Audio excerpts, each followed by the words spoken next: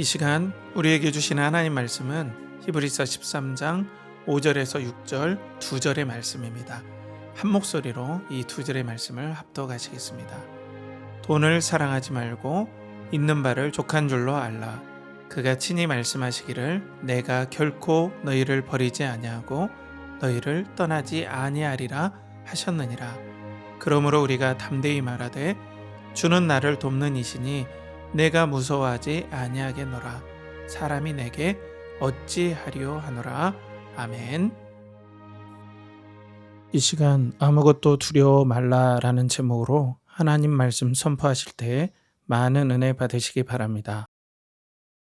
그리스도를 동경하고 그리스도를 연결하라. 연결하는 교회 성도 여러분, 한 주간 평안하셨습니까? 이제는 완연한 가을이 되어가는 것 같습니다. 이제 선선하고 또 주님과 동행하기에 너무 좋은 날씨입니다. 아무쪼록 코로나로 어수선한 이 시기에 이 또한 지나가리라 라는 주님의 말씀처럼 여러분들이 믿음의 인내와 또 주님을 향한 소망으로 이 선선한 가을이 오는 것 같이 또 여러분들 삶 가운데 시원한 은혜가 부어지길 축복합니다. 오늘의 말씀은 아무것도 두려워 말라라는 이 제목을 가지고 히브리서 13장 5절에서 6절 말씀, 이 말씀으로 여러분들과 함께 은혜를 나누겠습니다. 요즘에 너무나 복잡한 세상이고 또 특별히 우리 믿음의 성도들, 또 믿음의 순례의 길을 가는 성도들이 믿음으로 살기가 좀 만만치 않은 때입니다.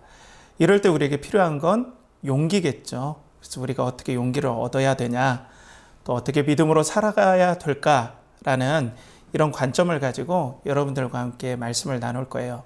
그래서 어떤 믿음의 이야기를 가지고 주님의 도우심을 확신하면서 담대하게 하나님의 도우심을 받은 성도들이 어떻게 승리하며 살 수 있는지, 이런 부분에 대해서 여러분들과 함께 말씀을 나누겠습니다. 오늘도 세 가지 키워드를 가지고 여러분들과 함께 말씀을 쭉 나눌 텐데요. 첫 번째로는 경계의 약속, 두 번째로는 보호의 약속, 세 번째로는 헌신의 약속이라는 이 세 가지를 가지고 여러분들과 함께 은혜의 말씀을 함께 나누겠습니다.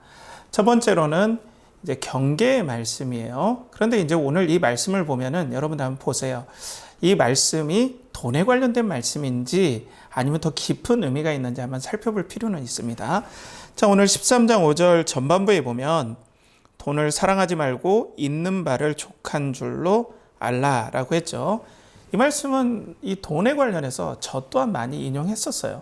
많은 목사님들이 인용하고 우리도 성경에서 돈을 사랑하지 말아야 되는 이유를 가지고 이 말씀을 가지고 우리가 나눌 때가 많잖아요.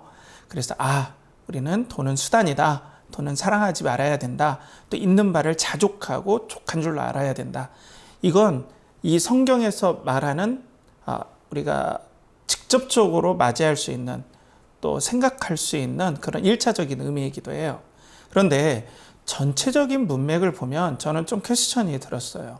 왜냐하면은 이 말씀에 돈을, 히브리서 성도들이 돈을 사랑하는 사람이었나, 우리가 한번 그걸 생각해 봐야 돼요. 왜냐하면 이 문맥적인 흐름에서는 좀 이 말씀이 지금 이때 권면을 해야 될까라는 의문이 들 수밖에 없죠. 왜냐하면은 히브리서 10장 34절에 너희가 갇힌 자를 동정하고 너희 소유를 빼앗기는 것도 기쁘게 당한 것은 더 낫고 영구한 소유가 있는 줄 알미라 라고 얘기를 했죠. 그러니까 지금 히브리서 성도들은 돈을 쫓는 사람들이 아니라 믿음 때문에 지금 소유를 빼앗긴 사람들이라고요. 그죠? 그러니까 뭐 돈을 많이 지금 막 모으고 있는 상태가 아니라는 말이에요. 또 이 사람들이 어떤 경제적인 활동을 소위 말해서 기업가처럼 왕성하게 하는 분들이 아니란 말이에요. 현재 상황이 믿음의 고난을 가지고 이분들이 지금 살아가고 있다는 거예요. 그런데 히브리서 기자는 이분들에게 돈을 사랑하지 말고 있는 바를 족한 줄로 알라. 그러면 좀 앞뒤가 안 맞아요. 지금 돈도 없는데, 그리고 돈을 버는 중도 아닌데 왜 이런 어려운 가운데 경제적으로 궁핍한 성도에게 돈을 사랑하지 말라, 있는 바를 족한 줄로 알라. 그렇다면 히브리서 기자는 피도 눈물도 없는 사람입니까? 성도들이 지금 경제적으로 궁핍한데 있는 바 족한 줄로 아십시오. 그냥 가난은 마땅한 겁니다, 성도들이. 이런 의미는 아니라고 저는 봐요. 왜냐하면 문맥상 그런 의미가 아니라고 확신하기 때문에 그래요. 왜냐하면 자, 지금 히브리서에 있는 성도님들이 경제적으로 어렵잖아요. 이 경제적으로 어렵게 된 이유는 신앙의 핍박 때문에 그렇다는 거죠. 신앙으로 인하여서 경제적으로 수탈당하고 착취당하고 또 빼앗기고 감옥에 갇힌 일이 있기 때문에 지금 경제적으로 어려워졌어요. 그러면 경제적으로 어려운 상황은 신앙과 관련이 있는 거예요. 신앙의 핍박 때문에 경제적으로 어려워진 거죠. 그러면 돈을 사랑하지 말고라는 것은 이 신앙을 버려야만이 내가 돈을 얻고 또 편안한 삶 그리고 무탈한 삶을 살 수 있는 거예요. 그러니까 돈 이꼬르 신앙을 포기하는 흐름 가운데 있다는 거예요. 그러니까 더 다시 말하면 돈을 사랑하지 말라는 건 현재 신앙을 지켜나가고 또 믿음으로 인내하는데 방해하는 어떤 유혹도 허락하지 말아라. 돈을 사랑한다는 것은 뭐냐면 신앙을 버리고 다시 유대인에게로 다시 돌아간다는 얘기거든요. 그런 맥락에서 봐야지 무조건 돈을 사랑하지 말아라, 가난하게 살아라 이런 맥락은 아니에요. 물론 이제 첫 번째 의미처럼 돈을 우리가 사랑하면 안 됩니다. 돈을 사용할 줄 알아도 돈에 매이거나 사랑하면 안 되죠. 또 자족하는 것도 성도로서 당연합니다. 근데 맥락상으로는 신앙을 포기하게 만들고 믿음의 인내를 포기하게 만드는 모든 장애 요소를 사랑하지 말고 버려야 된다라는 이런 맥락이에요. 그래서 있는 바를 족한 줄로 알라. 이 믿음의 시련을 잘 인내해라. 이런 의미로 우리가 먼저는 2차적인 숨은 뜻이 있다라는 거예요. 사랑하는 우리 성도 여러분, 우리도 마찬가지죠. 지금 믿음으로 우리가 세상을 살아나가는데 얼마나 우리에게 신앙의 유혹들이 얼마나 많습니까? 성도라고 그렇다고 가난하게 살아야 된다는 건 아니지만 우리가 믿음으로 살아갈 때 얼마나 많은 유혹들이 많아요. 특별히 요즘에는 새끼 굶는 분들은 그리 많지는 않잖아요. 그러니까 어떤 부분에서 우리에게 신앙의 유혹 또 순례자로서 살아가는데 방해되는 요소가 뭐냐면 다른 서사, 이야기가 우리에게 침투될 때 우리 신앙이 흔들려요. 옛날에 한참 10억 모으기 챌린지 이런 거 했잖아요. 세상에서 10억이 없으면 마치 심피한 인생처럼 디자인해가고 또 그렇게 몰아가는 그런 사람들이 만들어낸 이야기들이 있었어요. 그래서 성도들도 흔들흔들했죠. 10억 없는 나는 제대로 산 인생인가 이런 생각을 했단 말이에요.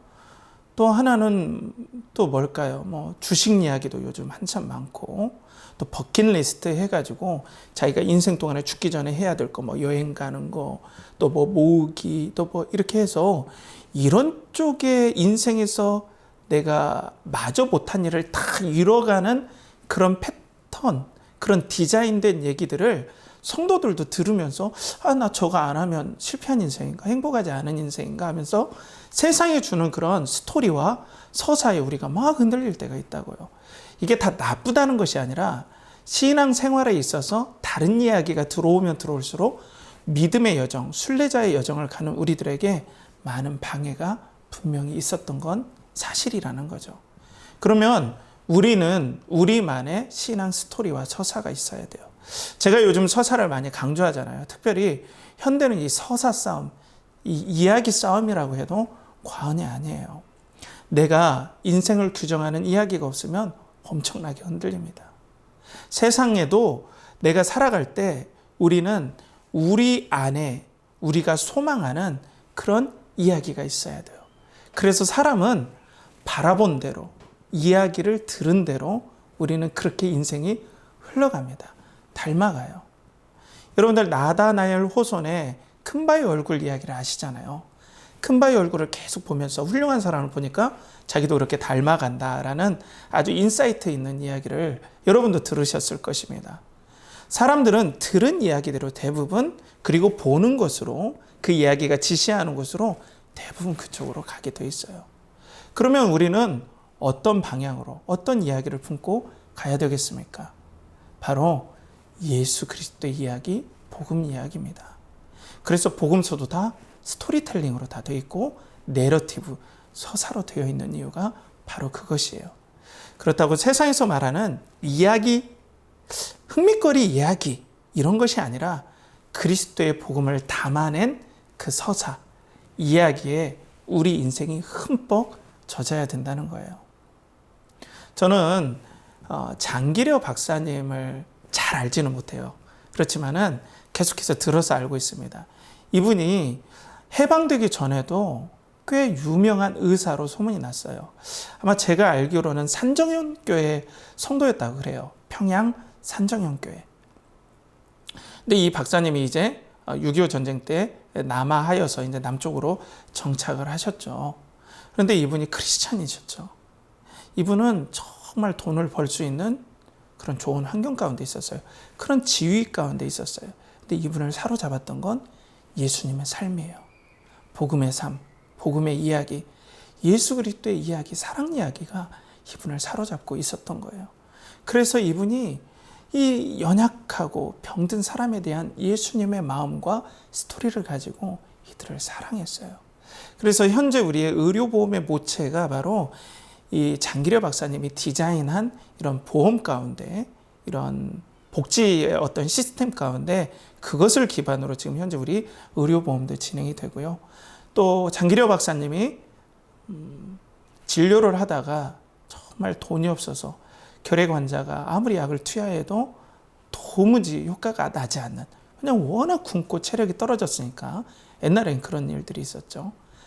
이런 사람에게 약만 처분하는 것이 아니라 돈을 따로 주면서 닭을 사 먹이도록 하는 그런 얘기들. 그리고 정말 세상의 부귀영화와 명성을 누릴 수 있지만 마지막에는 부산의 복음병원에 있는 위층에 옥탑방에 작은 한 칸 방에서 아무것도 거기 남기지 않고 아주 조촐하고 또 소박하게 인생을 마무리했던 그런 삶은 이분 안에 예수 그리스도의 서사, 이야기가 이분을 사로잡았기 때문에 이런 부분들이 있었다는 거죠. 동일합니다. 우리 성도들은 성공하지 말아야 된다? 저는 아니라고 봐요. 아니, 열심히 살고 거기에 대한 대가를 받는 게 왜 나쁜 겁니까? 부자가 되지 말라? 그것도 아니죠. 아니, 열심히 살고 때론 소득을 얻게 되는 자연스러운 흠이 나쁜 게 아닙니다. 이런 것보다는 우리가 어떤 서사로 인생을 바라보고 따라가는지, 신앙 곧 순례의 여정에 방해되는 세상의 서사가 우리를 사로잡는지, 만약 그런 것들이 계속 밀려온다면 오늘 돈을 사랑하지 말고 있는 바를 족한 줄로 알라 했던 것처럼 예수 그리스도를 따라가는, 그리고 믿음의 여정을 살게 하는 인생 이야기에, 신앙 이야기에 방해되는 모든 요소는 우리가 담대하고 그리고 냉정하게 하다시피 결단하면서 이걸 끊어내야 된다는 겁니다. 그래서 여러분들, 오늘도 여러분들 마음 가운데 어떤 서사가 여러분들의 마음을 잡고 있습니까? 예수 그리스도의 이야기입니까? 아니면 세상에서 성공한 그냥 무탈하고 잘 먹고 잘 사는 사람들의 이야기가 여러분들의 삶을 사로잡고 있습니까? 우리 연결하는 교회 성도라면 천국으로 향해 가는 순례자의 여정의 서사를 가지고 이 땅에서 잘 돼도 예수 그리스도 이야기가 사로잡혀서 더욱더 낮아지고 섬기고 베풀어주고 높은 데 처하지 않고 이런 믿음의 서사로 살아가야 되겠고, 또 어려운 가운데 있을지라도 오늘 믿음을 가지고 예수 그리스도의 서사를 가지고 인내하며 이 고난을 뚫고 나가는 그런 야성이 우리 가운데 있어야 된다는 것입니다. 사랑하는 성도 여러분, 여러분의 마음에 사로잡고 있는 서사는 무엇인가요? 예수 그리스도의 복음의 이야기, 서사가 여러분들의 삶을 꽉 잡길 주님의 이름으로 축복합니다. 다음으로는 보호의 약속입니다. 보호의 약속인데요. 이 말씀은 어떤 흐름으로 보냐면 하나님께서 우리를 보호하신다. 어떻게 보호하시냐? 좋은 것과 때로는 여러 가지 환경을 통해서 섭리하셔서 우리를 끝까지 견인하신다. 놓지 않고 끝까지 좋은 것과 고난을 다 섭리하셔서 우리를 이끌어 가기 때문에 우리는 두려워하지 말아야 된다라는 이런 흐름을 가지고 여러분들 말씀을 함께 나누면 되겠습니다.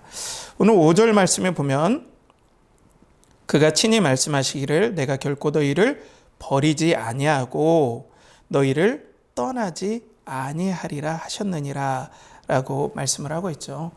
그러니까 이건 여호수아 1장 5절이라든지 다른 구약 말씀을 인용해서 지금 히브리서 기자가 말씀하는 건데요. 자, 내가 너희를 과연 버리지 아니하고 떠나지 아니하리라 라고 얘기하고 있어요. 그런데 하나님께서 버리지 아니하고 떠나지 아니하는 그 모습에는 두 가지 경우가 있어요. 첫 번째로는 정말 전권적으로 지켜야 할 때는 전권적으로 완벽하게 개입하셔서 지켜주십니다. 이스라엘의 홍해 사건이라든지 다양한 일들이 있죠. 이렇듯 하나님께서는 개입하시는 사건이 있어요. 그런데 이런 일들은 제 경험으로나 신앙 선배들의 경험으로 보면 많지 않습니다. 그런데 두 번째로 하나님께서 개입하시는 사건이 있어요. 도와주시는 사건. 그건 뭐냐면 인생의 장애물이라든지 환경, 기질에서 그것들을 우리 삶 가운데 허락하시면서 우리를 이끌어 가시고 그 안에 자신을 드러내시고 그러면서 하나님의 임재를 체험해 가면서 우리를 연단해 가면서 이끌어 가시고 보호하시는 독특한 과정이 있습니다. 이것을 성도의 견인이라고 합니다. 끝까지 환경 가운데 포기하지 않고 또 실족하지 않고 하나님께 끝까지 책임져 주시는 거죠. 그래서 하나님께서 우리를 결코 떠나가지 않는다는 사실이에요. 사실 우리 보면은 인생이 그냥 노출되는 것 같잖아요. 광야에. 어려움에 그냥 노출되는 것 같잖아요. 힘든 가운데 우리가 노출되는 것 같아요. 여러분들 직장 삶을 한번 보세요. 얼마나 죄송합니다. 못되게 하는 직장 상사분이 계십니까? 자신의 야망과 꿈을 위해서 부하들을 마치 자신의 어떠한 성공의 도구로 여기는 그게 뻔히 보이는 상사분이 안타깝게도 있어요. 그 신앙인들이 그런 사람을 만납니다.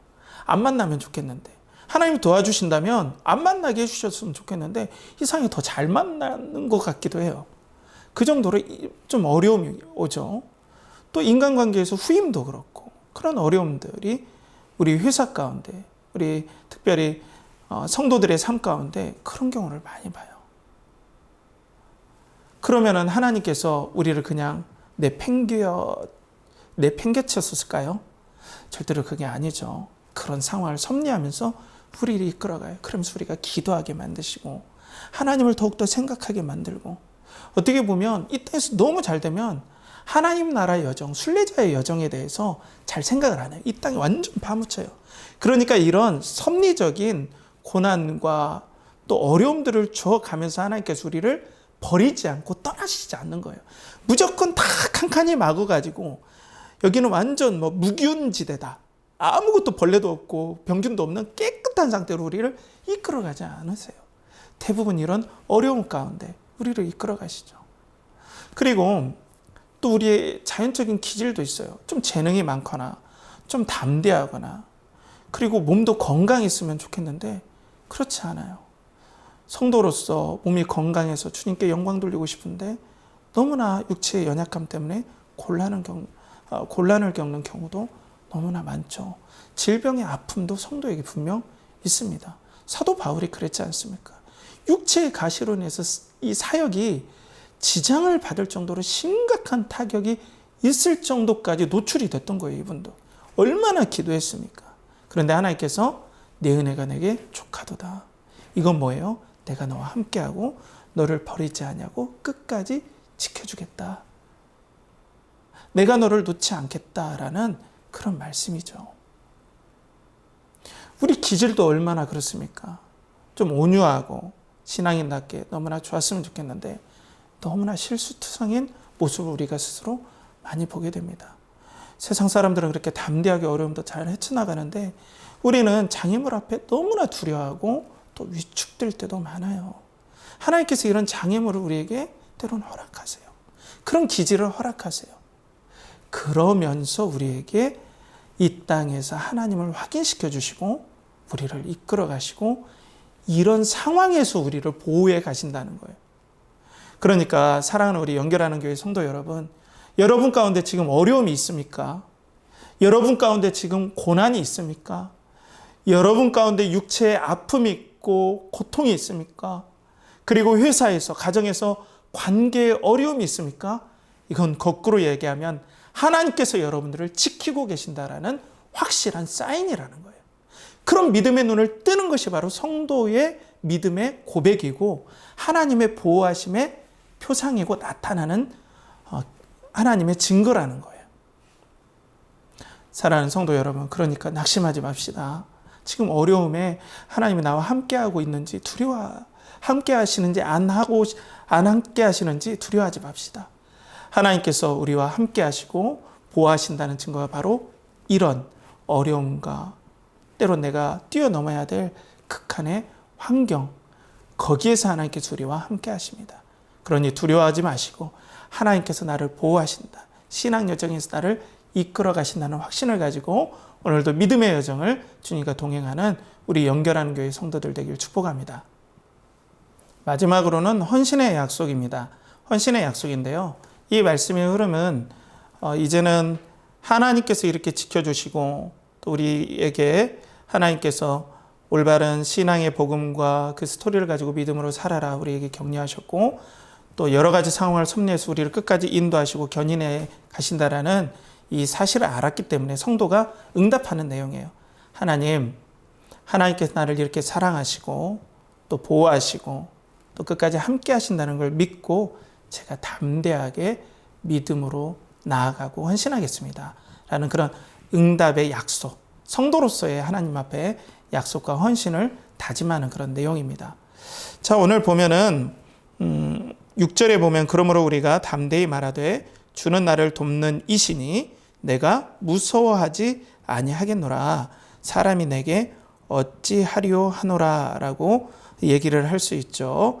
자, 우리가 담대히 얘기할 수 있습니다 라는 것은 이렇게 하나님께서 나와 함께 하시고 신앙 여정에 동행하시고 또 나를 생명을 다해 사랑하신 걸 제가 알았습니다. 그래서 제가 담대하게 두려워하지 않고 이제 고백합니다 라는 거예요. 자, 담대하게 얘기한다는 사실을 좀 알아야 되는데요, 하나님께서 나를 돕는 이시니 내가 무서워하지 않는다라고 했잖아요. 이건 뭐예요? 무서워할 수 있는 상황에 있습니다. 그러나 무서워하지 않겠습니다라는 거죠. 성도의 삶이 평탄하지 않고 두려워할 수 있고 무서워할 수 있고 위협을 느끼는 상황에 노출될 수도 있습니다. 그렇지만 하나님을 신뢰하고 제가 두려워하지 않겠습니다. 저 하나님 신뢰합니다. 이 좋으신 하나님 제가 확신합니다. 우리 아버지 하나님이 나와 함께 하신다는 이 사실을 내가 확신합니다. 죽어도 여한이 없는 이 은혜를 주셨으니 내가 두려워하지 않겠습니다. 사람들이 그래서 어떻게 하겠습니까? 나에게. 이 말은 사람들이 믿음의 길을 방해할지라도 그 방해에 좌지우지하지 아니하고 믿음에 따라 살겠습니다. 하나님 헌신을 약속드립니다 라는 그런 고백이죠. 저는 이런 믿음의 야성이 우리 성도들에게, 우리 연결하는 교회 성도님들에게 뿜어져 나오길 간절히 바라겠습니다. 사실 목사로서는 우리 성도님들에게 어려움이 정말 없길 바랍니다. 그렇지만 정직하게 얘기하면 성도라고 어려움이 죄되는 경우는 거의 보질못했어요. 똑같은 인생의 길을 희한하다는 표현이 그렇지만 하나님께서는 어떻게 보면 공평할 정도로 불신자나 우리들이나 인생의 고통의 길은 동일하게 허락하시는 경우를 대부분 보게 됩니다. 그런데 신앙의 특권, 성도의 특권은 무엇입니까? 하나님의 사랑을 확신하는 거예요. 하나님의 사랑을 경험해서 아는 거예요. 하나님이 나를 이렇게 사랑하신다는 것. 하나님이 내 인생 여정에 함께 하신다는 것. 하나님께서 온 사랑과 모든 또 모든 진심과 모든 애정을 담아서 내 인생의 손을 붙잡고 지금 나와 동행하고 계시다라는 것을 믿는 믿음 있는 사람이 성도죠. 이게 세상 사람들과 정말 구분되는 부분이에요. 그래서 두려운 환경이 올지라도 그 사랑, 은혜가 나를 압도해서 내가 오히려 용기를 내고 두려워하지 않겠습니다. 사람이 내게 어떻게 하겠습니까? 믿음의 방해를 거는 사람이 나를 믿음에서 어떻게 넘어뜨릴 수 있겠습니까? 하나님이 함께 하시는데요. 하나님이 나를 도와주시고 이렇게 사랑하시는데, 특별히 하나님께서 자기 아들을 아끼지 아니하고 우리 모든 믿는 자들을 위해서 내어주셨는데 어째 그 모든 것과 함께 우리에게 은사로 모든 것을 주시지 않겠습니까? 이런 사랑에 담대한 확신이 있기 때문에, 죽어도 여한이 없는 은혜를 알기 때문에 우리가 하나님 앞에 헌신의 약속, 담대함으로 살겠다는 하나님 앞에 믿음의 결단을 드릴 수 있다는 겁니다. 이것은 기질의 문제는 아닌 것 같아요, 여러분. 은혜의 문제예요. 물론 기질에 따라 조금 차이는 있어요. 그렇지만 이건 좀 다른 문제예요. 여러분들 예전에 6.25 전쟁이 일어났을 때 이런 일이 있었어요. 이제 국방부에서 이제 전쟁에서 참가할 병력들이 모자라니까 특수부대를 하나 만들었어요. 어떤 부대냐면 요즘 우리가 말하는 시쳇말로 얘기하는 조직폭력배, 옛날엔 깡패라고 했죠. 그런 사람들로 이루어진 부대를 만들었어요. 왜요? 이렇게 정말 용감하고 아무것도 무서워하지 않는 사람이라면 전쟁터에 나서 용감하게 싸우리라고 생각했거든요. 그래서 이들을 훈련시켜서 전쟁터에 내보낸 일이 정말 있습니다. 그런데 이분들이 다 주랭랑을 쳤어요. 자, 그런데 힘도 없고 또 너무나 무서워하고 벌레 한 마리 잡지 못했던 사람이 나라를 사랑하고 풍전등화에 있는 조국을 사랑하는 마음으로 포탄과 청탄을 무릅쓰고 헌신하며 생명을 걸고 싸우는 일이 있다는 거죠. 동일하게 신앙에서도 마찬가지예요. 기질 자체가 아무것도 두려워하지 않는 사람이 있죠. 기질의 차이가 있어요. 그렇지만 그런 분이 믿음의 담대함을 가지고 헌신을 고백할 것 같으면 그런 것이 아닙니다. 오히려 연약하고 너무나 두려움이 많고 걱정도 많고 누가 봐도 힘도 없는 것 같고 그런 사람들이 감당할 수 없는 은혜, 죽어도 여한이 없는 하나님의 사랑을 확신하면 이런 사람이 진짜 헌신하고 제대로 믿음으로 살게 된다는 거예요. 그렇다고 용기 있는 분들이 계속해서 이런 쪽으로 믿음의 이상한 쪽으로 간다는 게 아니라 어떤 사람이든 동일하다는 것입니다. 그래서 이런 믿음으로 조그만한 은혜를 받은 사람들은 세상을 보는, 인생 광야를 바라보는 관점이 달라지게 됩니다. 해석력이 달라지게 돼요. 어차피 앞에서 말씀드린 것처럼 우리 모든 사람들은 성도든 불신자든 인생 광야의 길을 걷는 것은 마찬가지입니다. 그런데 이 인생 광야를 죽어도 여한이 없는 은혜를 받은 사람들은 이 인생 광야를 기적의 광야, 축복의 광야, 은혜의 광야로 해석한다는 거예요. 여기서 하나님께서 나를 인도하신다. 하나님이 나를 인도하시길 너무나 기뻐하신다.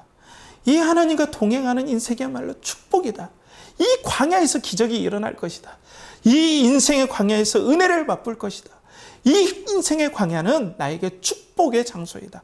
그러니 내가 헌신하면서 담대하게 두려워하지 않고 주님과 함께 걸어가야겠다. 이런가 하면은 이스라엘 백성들은 하나님께서 주시는 축복의 땅이라고 했음에도 불구하고 그 가나안을 사람을 삼키는 땅이라고 혹평하고 저주해요. 이게 바라보는 관점의 차이입니다. 은혜를 입은 사람과 입지 않은 사람과.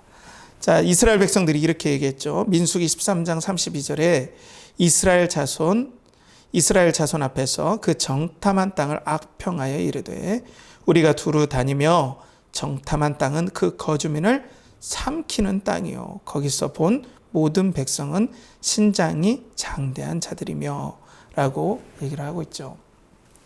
자, 이들의 해석을 보십시오. 하나님께서 젖과 꿀이 흐르는 땅이다 라고 한 땅을 사람이 삼키는 땅으로 해석하죠. 하나님을 확신하지 못하고 또 은혜를 확신하지 못했던 사람의 해석력입니다.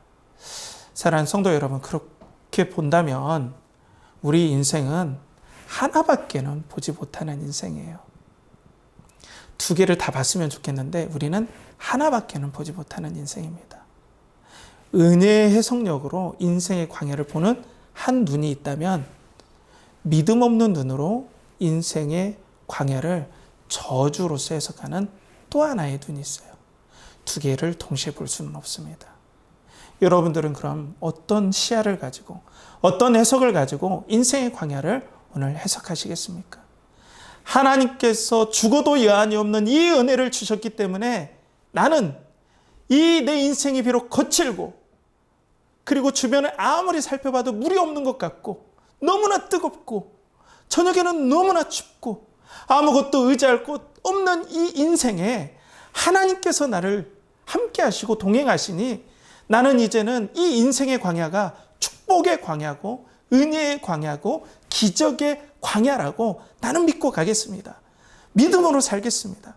하나님께서 이렇게 나를 사랑해 주시고 예수 그리스도 안에 있는 안식을 이렇게 성령님을 통해서 부어주시는데 이 땅도 살만합니다.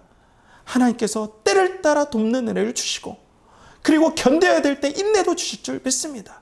하나님 감사합니다. 이런 것과 하나님 나에게 왜 이렇게 저주만 주십니까? 내 인생은 완전히 망한 인생입니다. 이렇게 해석하는 것과 한 가지밖에 우리는 볼 수가 없다는 겁니다. 사랑하는 우리 연결하는 교회 성도 여러분, 여러분들은 이 인생을 살면서 어떤 고백을 하길 원하십니까?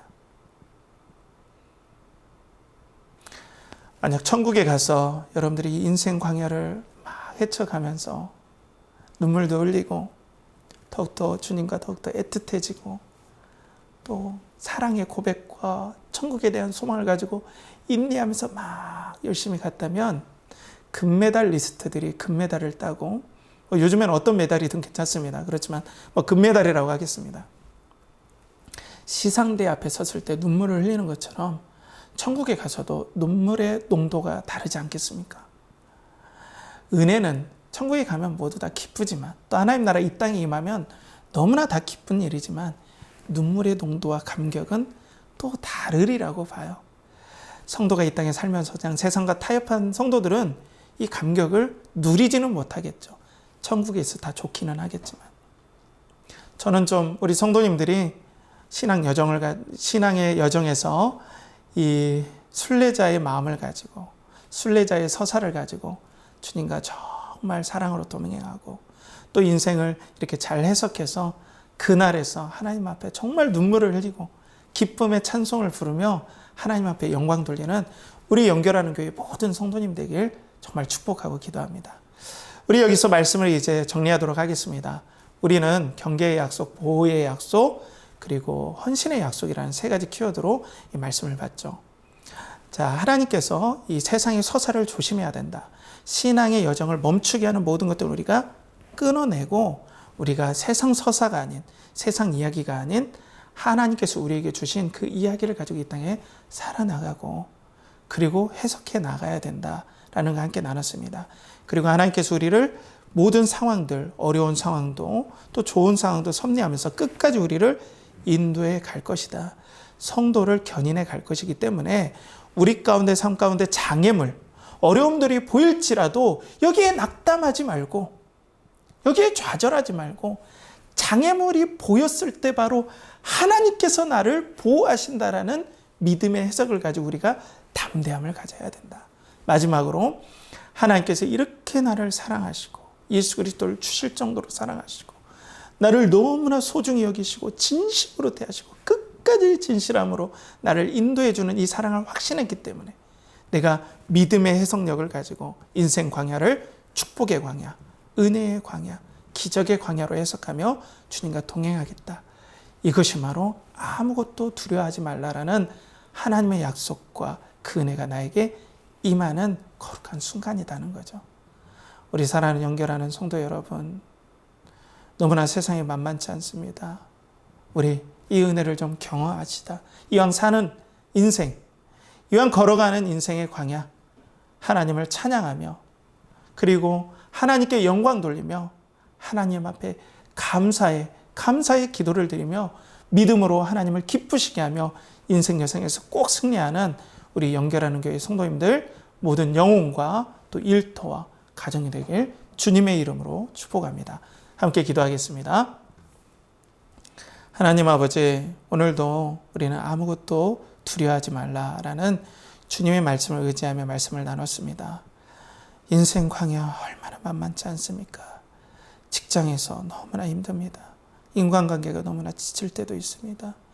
그리고 건강의 문제, 관계의 문제가 너무 우리를 힘들게 할 때도 많습니다.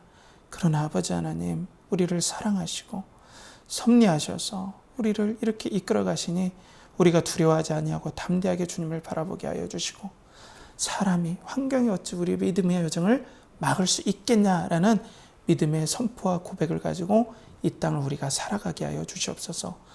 혹 지금 고난 가운데 있는 성도님들이 있다면 위로하여 주시고 격려해 주시며, 코로나로 경제적으로, 관계적으로 어렵다면, 그리고 육체적으로 어렵다면 하나님께서 위로하시고 긍휼히 여겨주시며, 또 여러 가지로 치료받고 있는 성도님들, 항암과 또 지금 가지고 있는 육체의 연약함으로 인해서 너무나 아파하는 성도들에게 위로와 치유와 평강으로 함께하여 주시옵소서. 그리고 하나님, 이 땅에 살면서 하나님께 주신 소득으로 또 하나님의 나라의 영광과 복음의 전파를 위해 사랑의 손길로 함께한 모든 성도님들의 그 사랑의 따뜻한 마음을 잊지 말아 주시고, 그들의 삶에 먹고 입고 쓸 것들을 공급하여 주시며 때에 따라 돕는 은혜로 함께하여 주시옵소서. 이를 간절히 바라옵고 원하며, 이제는 우리 주 예수 그리스도의 은혜와 하나님의 극진하신 사랑과 성령의 내주 교통하심이 아무것도 두려워하지 말라라고 하시면서 우리를 사랑으로 격려하시고, 또 우리를 경계하시고 보호하시고, 또 우리가 거기에 반응하며 헌신하며 따라가게 우리의 삶을 인도하시고 또 섭리하시는 그 하나님의 사랑을 믿는 우리 연결하는 교회 모든 성도님들의 영혼과 일터와 그들의 삶의 모든 관계와 또 육체의 건강 가운데 이제로부터 영원토록 함께 하시기를 간절히 축원하옵나이다. 아멘.